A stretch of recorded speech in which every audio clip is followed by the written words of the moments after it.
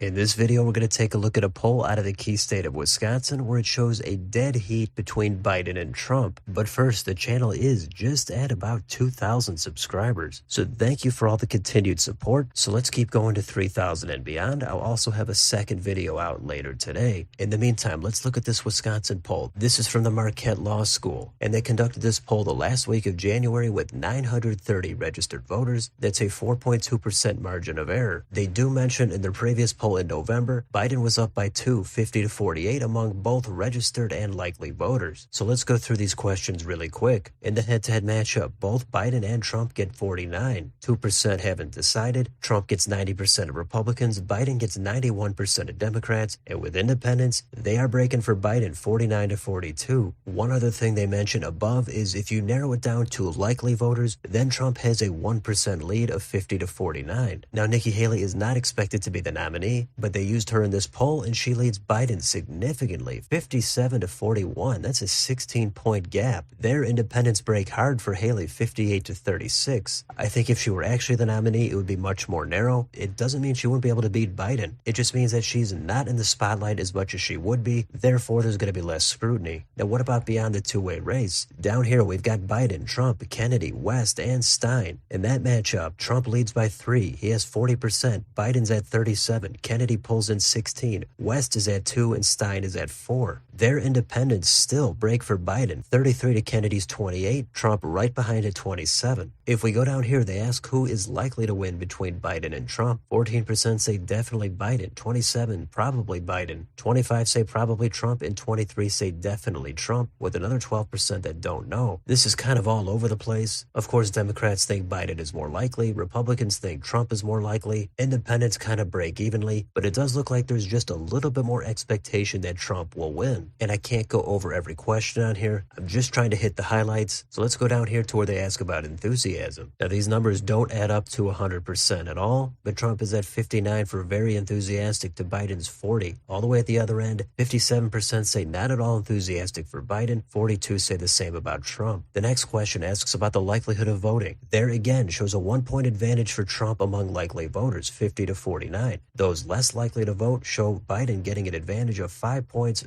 51 to 46. Under that, we've got favorability ratings. Biden's at 41 favorable, 58 unfavorable. That's a net negative 17. The previous poll, he was at negative 14. Donald Trump is right there. He's at negative 18 himself. 40 favorable, 58 unfavorable. So in Wisconsin, with the favorability ratings, Biden and Trump definitely comparable. If we go down farther, we could take a look at the issues of which candidate would be better. On immigration and border security, Trump has a significant advantage, 54 to 28. The economy, Trump again is up 52 to 31. The Israel-Hamas war, Trump has a lead of 44 to 31. Foreign relations overall is about even. Trump 43, Biden 42. Healthcare, Biden starts to gain a small advantage, 40 to 36. Medicare and Social Security, 42 for Biden, 37 for Trump. And abortion, that's probably the Democrats' best issue. It's not a significant advantage for Biden, but he is up by 8, 44 to 36. Under that, they ask how well each phrase describes each candidate. Most of that is what we'd expect. Biden is massively ahead on being too old to be president, while Trump has a clear lead on being more corrupt. Under that, they ask about the direction of the state. 57 say wrong track, 42 say right direction. It's far from positive, but it's a narrowing gap from the previous poll. Then they break it down by party, and for that, we can see independents, they say wrong track, 56 to 44. And then we've got the national economy. 28% say it's poor, 34 not so good, 32 good, and 6% excellent. And under that, they have the partisan breakdown. It's possible the trends are in the right direction, but as of right now, it's still clear that the independents think that it's either poor or not so good. There's a lot more here that I've got to skip over, but as always, the links will be down below in the description. If you want to look at some more approval ratings, we can go down here. We've got Governor Tony Evers. His approval rating is 51. His disapproval is 44. That's kind of a wash for where he was in the previous poll at 53 to 46. The state legislature is underwater. They have 34% that approve, and the approval of the state Supreme Court is very close. 45 approve, 43 disapprove. Next, we've got favorability of local politicians. Senator Tammy Baldwin is underwater by 3, 42 favorable, 45 unfavorable. Their other senator, Ron Johnson, he's even more underwater. 38 approve, 52 disapprove. The bottom 3 names are potential Republican candidates for the U.S. Senate. The one that stands out to me is David Clark. Even though 65% 90% haven't heard enough about him. He does have an 18% favorable, 17% unfavorable rating. I think that's a huge dice roll if he were the nominee. I already thought he was polarizing, it would have an unfavorable rating, so I am surprised to see him have a net 1% positive rating. It's only 18%. I guess the 65% have a short-term memory. They forgot about David Clark, but that Senate race is going to be one to follow. Underneath that, they ask about some statewide issues like redistricting or abortion. I can't go over all of it, but take a look at those if you're interested. And if you want the full details with all the crosstabs in this poll, you can take a look at that here. The left side does kind of narrow it down with the specific questions. That'll help save you some time so you don't have to scroll through this entire thing. So that is this current Marquette University Law School poll. It's an absolute tight race like everybody expects. But another thing we could do is take a look and see what this pollster did in the 2022 midterms. So here's their final poll from November 2022. Tony Evers won with over 51% of the vote. Tim Michels got under 48%. Their final poll had a tie at 48 apiece. So that was a narrow race. A lot of people did expect it to go to the Republican. In the end, Evers won it by over 3 points. Their final poll did slightly underestimate the Democrat. Now, what about the other race, the U.S. Senate election? Ron Johnson, he did win by over 50% of the vote. Mandela Barnes was over 49%. Their final poll actually seemed to be spot on. They had Johnson at 50, Barnes at 48. So they were off by maybe up to 1 point. You're not going to get much better than that. So the final thing we could take a look at is how they polled in 2020. In that one, Biden won it by under 1 point, close to 49.5. Trump was just under 49. Joe Jorgensen did clear 1% there. In their final poll, they had Biden up 5, 50 to 45. They had Joe Jorgensen at 2. So that one, they maybe slightly overestimated Biden, but they did clearly underestimate Trump by a few points. Now, maybe that happens next time there's another hidden Trump vote. Maybe the late breakers go to Trump, or maybe they go to Biden this time. It's tough to say, but their midterm polling was definitely better than their presidential polling in 2020. So that's pretty much where things stand in Wisconsin. If you want to see where people are putting their money, we could switch over to Predicted. There they ask which party will win Wisconsin. The Democrats are at 57, Republicans at 44. I would say that's pretty much a toss-up with a tilt toward Biden and the Democrats. Anything could happen. I know it's a key Rust Belt state that's gone back and forth. There has been an underestimation of Trump's support there, but I know Democrats are banking on abortion and democracy. Maybe that outweighs inflation and Biden being too old, but on most of the issues, they do seem to favor Trump. Is it going to be enough for him to win the state? In my last prediction, I did narrowly give it to Trump, but there's not a lot of confidence this far out. Plus, there are several other polls out there that have shown Trump with an advantage, but I figured I'd take a closer look at this current Marquette Law School poll as well as their history over the past couple of elections. So make your own conclusions, but I'm going to leave it there for now. So let me know in the comments, what do you think about this poll? Do you think that it's actually dead even? And what's going to change over the next 9 months? Who is going to win the state? Let me know down below. On your way out, don't forget to like, share, and subscribe. Join if you'd like to support the channel. Thanks for watching, and I'll see you on the next video.